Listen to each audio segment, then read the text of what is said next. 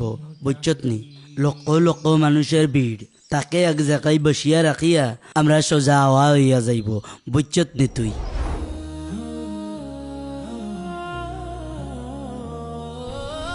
শুনেছি ইজতেমার মাঠে নাকি লক্ষ লক্ষ মানুষ হয়, তাই না রে? হ্যাঁ ভাইয়া, মানুষে গিজ গিজ করে, তা ফেলার জায়গা থাকে না। এই ঢাকা ইস্তেমার মাঠ যারা নামবেন তারা কেটে আসেন।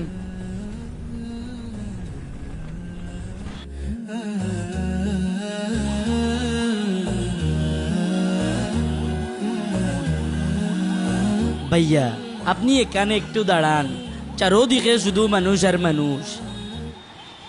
আমরা শুধু উজুর পানিটা লইয়া চলিয়া আসব, আপনি কিন্তু কোথাও যাইবেন না। ভাইয়া আমরা আরে তাড়াতাড়ি চল, দেরি হইয়া যাইতেছে। ভাই বর্ধন